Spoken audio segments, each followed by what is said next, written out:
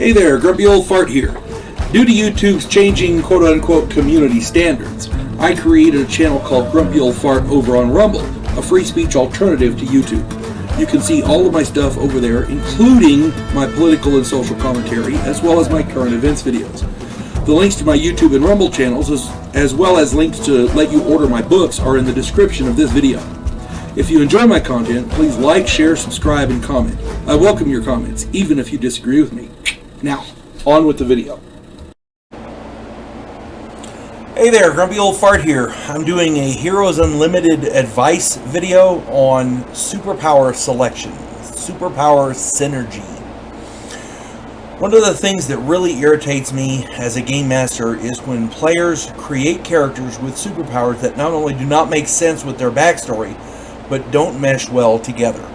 For example, a guy ran a character in my game who had ultra physical structure liquid and energy expulsion fire. I could understand energy expulsion electricity because, you know, you become liquid, drop to the ground, people are walking through and you zot them. I can understand that. But fire, that's a whole different critter. Another one had ultra physical structure fire and plant control.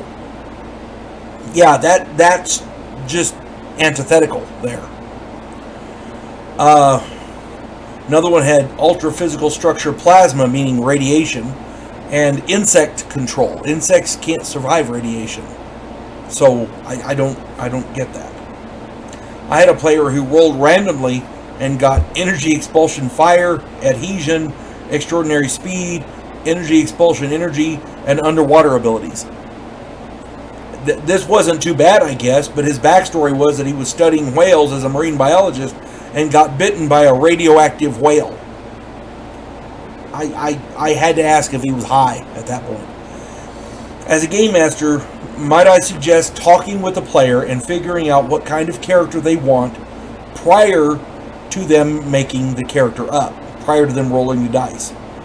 If they want an energy manipulator, maybe suggest any of the energy expulsion powers or APS fire, APS electricity, ultra-physical structure fire, ultra-physical structure electricity, or something along those lines. If they want a physically strong character, maybe suggest ultra-physical structure metal, ultra-physical structure stone, growth, extraordinary physical strength, supernatural strength, superhuman strength, etc. Something along those lines. And then have the other powers that they get, because every character is allowed X amount of powers. And you roll randomly to find out. Have the other powers complement his. If they want something different, suggest sonic speed, sonic flight, insect control, plant control, or one of the ultra physical structure abilities. Suggest teleportation or mind control, or create force fields, or copy physical structure. That's always a good one. You know, something like that. Any of these abilities are fun to play. The trick is to make the minor abilities that go with them mesh with the primary or major abilities. If you get all minor ones, you can kind of hodgepodge your character together, that's fine. But if your major power is ultra physical structure metal, have the minor ones mesh with it somehow, you know? Or, you know, be magnetic or something if that's the case. If the primary major ability is insect control, one might take adhesion or winged flight, which both go along with that motif. You see what I'm saying? I've had a plethora of characters over the years. Some of my favorites were, I had a character named Leviathan. He had underwater abilities, extraordinary physical endurance, and growth. He was the perfect smuggler. He could swim faster than most speedboats. He also had wingless flight, so he could fly. He was a smuggler. If he couldn't outrun it, he could grow and outfight it, you know. I had one called Insect Queen. She controlled insects. She also had adhesion and winged flight, so that it all meshed. She could fly along with her insects. I had a guy named Comet. He had sonic flight and invulnerability. He could literally ram people at sonic speed and not take damage. Firebug. This guy had winged flight, adhesion, and energy expulsion fire. You know, one of my favorites, Kodiak. Kodiak had animal abilities bear, extraordinary speed, and healing factor. He could run fast, do a lot of damage, and he healed up quickly after battle.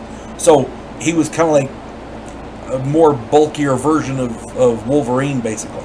And he ran real fast, hundreds of miles an hour. So he was a very effective character. I had another character, Contortion. He had stretching and invulnerability.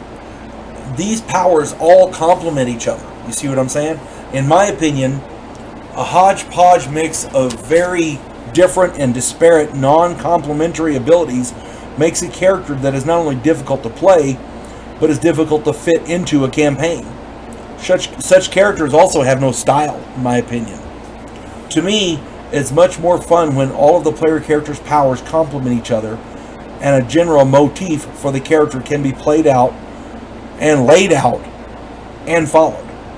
This synergy is extremely important. Now, in all fairness, sometimes a character with non-complementary powers can be successful, but those times are rare and those characters are few and far between. Also, I've always been a firm believer that it's not what you have, but how you use it. What this means is that even the most powerless player can be really, really great depending on how they are run. For example, my friend Kevin had a player character that was a stage magician. He was facing a bionic villain with an energy blaster for an eye. The guy had a big cowl on the side of his face with a big energy blaster, and Kevin's character was stuck on a elevator cable trying to climb down because some bad guys had taken over a building, were holding people hostage. He was trying to get in to stop them, and so this guy was pounding away with the energy blaster. Kevin was about to die. He threw a packet of disappearing powder, that flash powder stuff, where they throw it down and it makes a poof and they disappear, stage magician. He threw a packet of that powder into the villain's eye and was able to defeat him with it. It's not what you have, it's how you use it.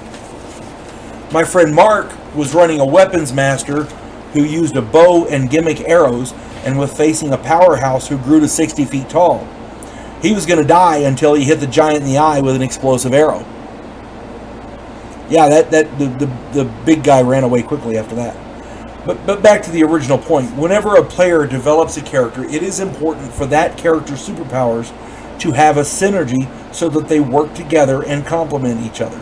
If a player character's powers do not work together, or worse, hinder each other, it makes for a very difficult character to run.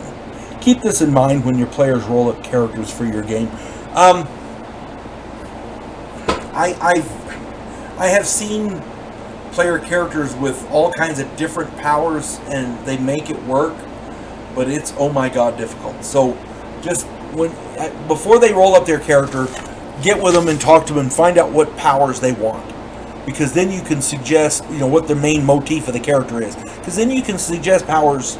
I'm not saying you tell them what to do, but suggest powers that complement their motif. You know what I'm saying? Hope this finds everybody well. And again, I'm not trying to tell people how to play their game, how to run their game. Just words of advice from an old hack wargamer who's been playing a long damn time. You folks have a good day. God bless one and all. We elect cookie-cutter politicians every single election cycle. Yes men who maintain the status quo and do just enough to make us believe the system still works. Imagine, if you will, a president who actually tries to fix things. If you like action, political intrigue, and a righteous crusade, check out my political thriller, The Righteous President.